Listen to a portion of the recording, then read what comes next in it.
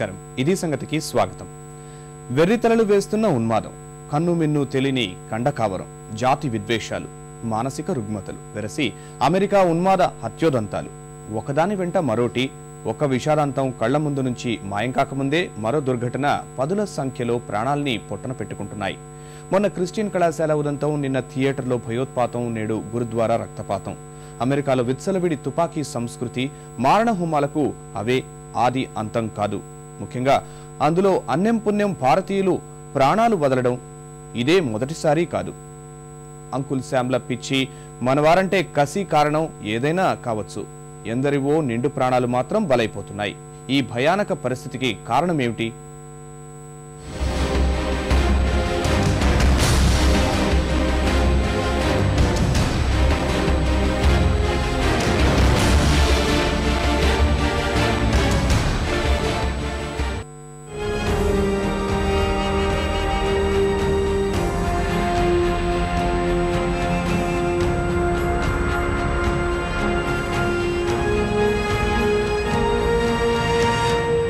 Hollywood సినిమాలో భీకర దృశ్యాల్ని తలపించే పైశాచిక చర్యతో మరోమారు అమెరికా నేల భారతీయుల నెత్తిడితో తడిసింది. కన్ను మిన్ను కారణి పైశాచిక చర్యలో 6 అమాయకులు ప్రాణాలు కోల్పోయారు. 20 మంది తీవ్ర గాయాల పాలయ్యారు. క్షణాల వ్యవధిలో జరిగిపోయిన ఈ బీభత్సకాండకు తెగపడింది ఒక మాజీ అమెరికా సైనికుడే.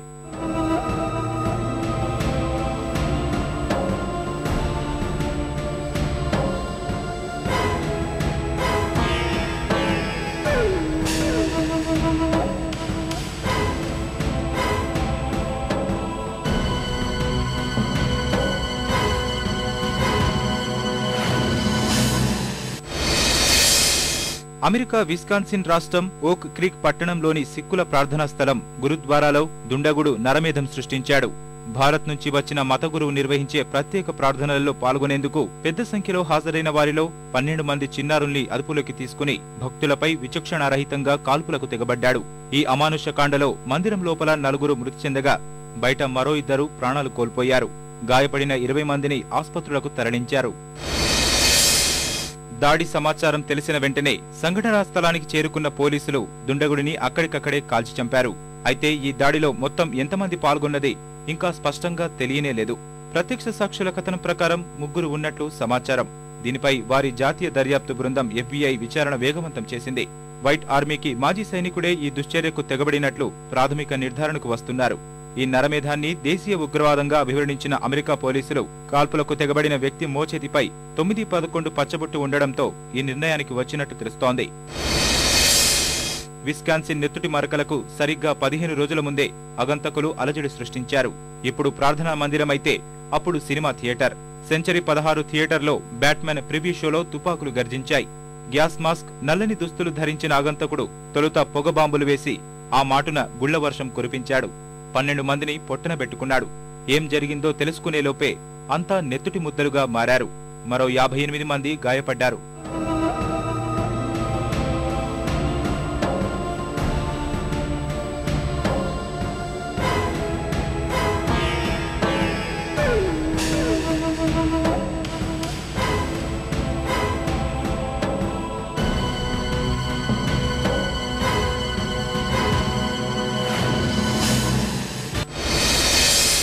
కొలరాడో రాష్ట్రం డెన్వర్లో ఆ థియేటర్ ఘాతుకానికి పాల్పడింది జేమ్స్ హమ్ అనే యువకుడు. కొలరాడో విశ్వవిద్యాలయంలో న్యూరో సైన్స్ లో PhD వెలగబెట్టిన ఘనుడు. 2 సినిమా రీళ్ల సైజులో మొత్తం 100 రౌండ్లను AR-15 రకం రైఫిల్లో లోడ్ చేసుకున్న జేమ్స్ తుపాకీ దానంతటది ఆగిపోయే వరకు కాల్పులు జరుపుతూనే ఉన్నాడు. 100 రౌండ్లు ఉండడంతో మళ్లీ లోడ్ చేసుకునే అవసరం లేకుండా మారణకాండ కొనసాగించాడు. అతగాడు వీటన్నింటినీ ఆన్లైన్లోనే కొనుగోలు చేయడం అక్కడి చట్టాల్లో లొసుగులు, మారణాయుధాలపై పర్యవేక్షణ లోపాలకు నిదర్శనం. చివరకు పార్కింగ్ ప్రాంతంలో జేమ్స్ ను పట్టుకున్న పోలీసులు అతడి నుంచి ఒక హ్యాండ్ గన్, ఒక రైఫిల్ స్వాధీనం చేసుకున్నారు. థియేటర్లో మరో తుపాకీ దొరికింది. ఆ 3 మిలిటరీ ఆటోమేటిక్ తుపాకులు, 6000 రౌండ్ల తూటాలను ఉన్మాది ఆన్లైన్లోనే కొనుగోలు చేశాడు. తర్వాత జేమ్స్ ఇంటిని సోదా చేసిన పోలీసులకు భారీ స్థాయిలోనే పేలుడు పదార్థాలు లభించాయి. మన అదృష్టవశాత్తు మృతులు, క్షతగాత్రుల్లో భారతీయులెవరూ లేరు. దీనికి 3 నెలల ముందు మరో దుర్ఘటన జరిగింది.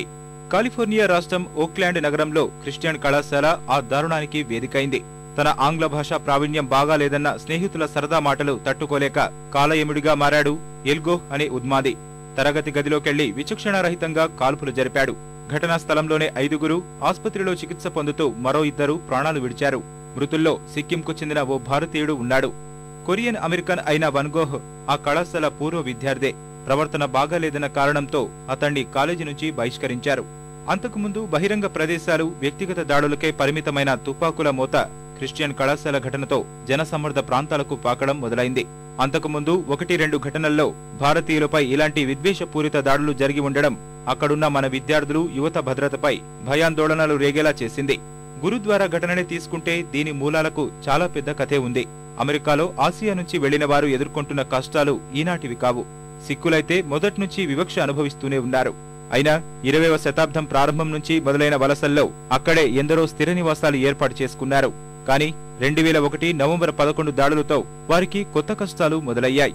కారణం, శిరస్త్రాణాలతో ఉన్నవారిని చూస్తే కొందరి అమెరికన్లలో ఏదో తెలియని భయం, లాడెన్లానే ఉన్నారే అన్న పిచ్చి అనుమానం ప్రార్థనా మందిరంలో చిచ్చుపెట్టేలా చేసింది. ఇక విద్యా సంస్థల్లో మెరుగైన ప్రదర్శన నుంచి ఉద్యోగాలు దక్కించుకోవడం, మంచి స్థానాలు అందుకోవడంలో భారతీయులే ముందు ఉంటారనే అసూయ ఉండనే ఉంది. కాలంతో పాటే పెరిగిన ఆ మానసిక సమస్యలు గురుద్వారా ఉన్మాదం రూపంలో బయటికి వచ్చాయి. హతుడి భుజంపై ఉన్న 9/11 పచ్చబొట్టు ఆ అనుమానానికి మరింత బలం చేకూరుస్తోంది. అంతేగాక అమెరికాలో ఉన్న వివిధ వర్గాల భారతీయులకు ప్రత్యేక భద్రత కల్పించాల్సిన అవసరాన్ని ఈ హత్యోదంతం స్పష్టం చేసింది. వాళ్ళ కల్చరల్ ఎథిక్స్ కి వ్యతిరేకంగా మనము ఉన్నట్టుగా కనబడకూడదు. ఈ దాడులకి అదే కారణము. సాంస్కృతికంగా వాళ్ళకి మనకి తేడా. మన వాళ్ళు సహజంగా బాగా చదువుకుంటారు. వాళ్ళు చదువుకి కూడా ఇంపార్టెన్స్ ఇచ్చే వాళ్ళు ఉంటారు. కానీ శని ఆదివారాలు పనిచేయరు. కాకుండా డబ్బు ఉంటే డబ్బు ఉన్నట్టు విలాసాలకి ఎక్కువగా ఖర్చు పెడతారు. మన వాళ్ళ దగ్గర అందరి దగ్గర డబ్బులు ఉంటాయి. జాగ్రత్తగా కూడబెట్టుకుని సేవ్ చేసి చాలా జాగ్రత్తగా ఉంటారు మన వాళ్ళంతా. అది చేయకపోవడంతో వాళ్ళకి మన వాళ్ళని చూస్తే కొంచెం ఈర్ష్య. సంస్కృతిలో మార్పులు ఉండటం మూలన వాళ్ళు మనల్ని యాక్సెప్ట్ చేయలేకపోవటం, మనల్ని అడ్జస్ట్ చేసుకోలేకపోవటం జరుగుతూ ఉంటుంది. ఇప్పుడు మన స్టూడెంట్స్ అక్కడికి వెళ్తారు. వెళ్ళినప్పుడు మన స్టూడెంట్స్తో అలవాటు అవడానికి కలిసి మెలిసి ఉండొచ్చు. కానీ అక్కడ ఉన్న స్టూడెంట్స్తో కూడా వాళ్ళ పద్ధతులు నేర్చుకుని వాళ్ళతో కలవటం చేసినట్టయితే వీళ్ళకి ఏమైనా సమస్యలు వస్తే వాళ్ళు సహాయం చేయడానికి ప్రయత్నం చేస్తారు. ఎప్పుడైతే వీళ్ళు దూరంగా ఉంటారో వాళ్ళు సహాయం అందించకపోగా, సహకారం అందించకపోగా వీళ్ళ మీద ఏవగింపు ఉంటుంది. వీళ్ళందరూ విడిగా ఉంటారు. మన దేశం మీదకి వచ్చేస్తున్నారు, వీళ్ళేదో మనకు నష్టం కలిగిస్తున్నారన్న భావన వాళ్ళకి కలిగించినట్టు అవుతుంది. అమెరికా లాంటి కంట్రీస్లో అయితే మేము చెప్పేది నైట్ టైం జాబ్స్ ఎంత సజెస్టబుల్ కాదు. ఎక్కడైనా వెళ్ళేటప్పుడు గ్రూప్గా వెళ్ళండి. ఎవరన్నా గన్నో లేకపోతే నైఫ్ చూపించి బెదిరిస్తే ఏమైనా ఉంటే మీ దగ్గర ఉన్నవి ఇచ్చేసేయండి. ఇలాంటివి అవాయిడ్ చేయొచ్చు. మళ్ళీ మనం ఆర్గ్యుమెంట్ చేయడమో లేకపోతే వాళ్ళని మనం కోట్ చేయడం వల్ల మనకు హాని జరిగే అవకాశం ఉందని చెప్పి మేము సజెస్ట్ చేస్తాం స్టూడెంట్స్. కు క్లక్స్ క్లాన్ వంటి జాతి విద్వేష మారణ హోమాలు నడిపిన అమెరికా చరిత్ర తెలిసిన వారెవరైనా ఈ భయాందోళనల్ని కొట్టిపారేయలేరు కూడా. అమెరికాలో తెల్లవాళ్లే ఉండాలని, వారి ఆధిపత్యమే కొనసాగాలని, వలసలకు అవకాశం ఇవ్వకూడదని కొందరు అమెరికన్లు నడిపిన రహస్య కుతంత్రం కేకేకేగా ప్రసిద్ధి చెందింది. కమ్యూనిజాన్ని వ్యతిరేకించే ఈ వర్గంలో ఇప్పటికీ దాదాపు 5,000 మంది వరకు సభ్యులు ఉన్నట్లు అంచనా. రాత్రిపూట ముసుగులు ధరించి నల్లజాతీయులు వలస వచ్చిన వారిపై దాడులు చేయడం వారి ప్రధాన విధి. అదంతా గతం అనుకున్నా ప్రస్తుతం జరుగుతున్న దాడులు, అది కొన్ని సందర్భాల్లో భారతీయులనే ప్రత్యేక లక్ష్యంగా చేసుకుంటున్న తీరు చూస్తుంటే కొత్త అనుమానాలు తలెత్తక మానవు. వారిది నిజంగా ఉన్మాదమేనా, లేక కేకేకే లాంటి మరో వ్యవస్థాగత కుట్ర ఏమైనా నడుస్తుందా అనే సందేహాలు కలుగక మానవు. ఇంత జరుగుతున్నా తుపాకీల మోత ముఖ్యంగా భారతీయులకు పొంచి ఉన్న ముప్పుపై ఇరు దేశాల పాలకుల నుంచి నిర్దిష్ట చర్యలు మాత్రం శూన్యం. దుండగులు ఆట కట్టించాల్సిన అమెరికా స్పందనైతే మరీ దారుణం. ఘటన జరిగినప్పుడల్లా విచారం వ్యక్తం చేయడం, విచారణకు ఆదేశించడం మినహా వారు చేసింది ఏం లేదు. వందల సంఖ్యలో అమెరికా పౌరులు కూడా ప్రాణాలు కోల్పోతున్నా తుపాకులను నియంత్రించడంపై ప్రకటన చేసే ధైర్యం కూడా వారికి లేదు.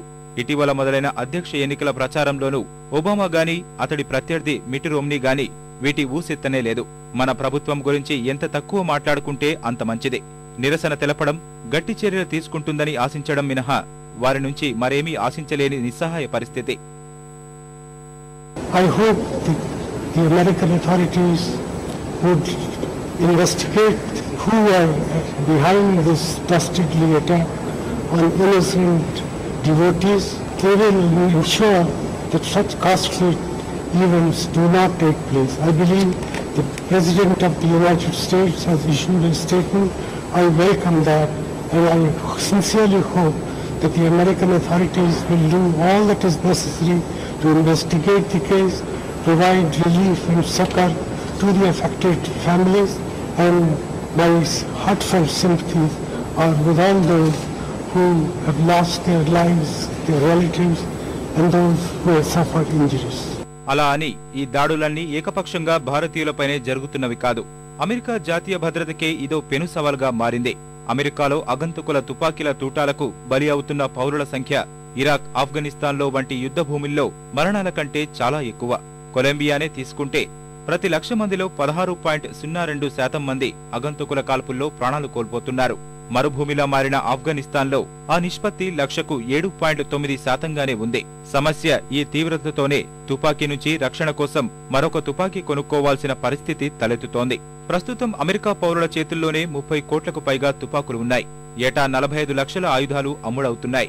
ఇలా విరివిగా ఎక్కడ పడితే అక్కడ ఆటోమేటిక్ తుపాకులు, ఇతర ఆయుధాలు తయారీ అమ్మకంపై అమెరికా అంతటా తీవ్ర నిరసనలు వ్యక్తమవుతూనే ఉన్నాయి. కానీ వాటి దారి వాటిదే, తుపాకీ వ్యాపారుల దారి తుపాకీ వ్యాపారులదే. ఆయుధాల విక్రయం కోసం ప్రత్యేక ప్రకటనలు, ఆన్లైన్ ఏజెంట్లు, ప్రత్యేక ప్యాకేజీలు, చెప్పాలంటే అదో అనధికార వ్యాపార సామ్రాజ్యం. మార్కెట్లో కూరగాయలంత తేలికగా అందుబాటులో అత్యాధునిక మారణాయుధాలు. గురుద్వారా ఘటననే తీసుకుంటే అదో దారుణ నరమేధం. ఉన్మాదం, విద్వేషాలకు తోడు ఆయుధ వ్యాపారాభివృద్ధి కోసం జరుగుతున్న ప్రయత్నాలు అగ్రరాజ్య తుపాకీ సంస్కృతిని పెంచి పోషిస్తున్నాయి. అమెరికాలో ఏటా 23 మిలియన్ల తుపాకుల తయారీ జరుగుతోంది. ఇలా పిచ్చిపట్టిన ఉన్మాదులకు కూడా గన్లను అమ్మకపోతే మరి వాటిని కొనేదెవరు? వాటితో పాటు అక్కడికి జర్మనీ, ఇజ్రాయెల్ నుంచి తుపాకులు దిగుమతి అవుతుంటాయి. ఈ తుపాకీలు అన్నీ ఏమైపోతున్నాయి? వాటిని ఎక్కడ వినియోగిస్తున్నారు? దానికి సమాధానం క్రమం తప్పని హత్యోదంతాలు, భీకర కాల్పుల ఘటనలు.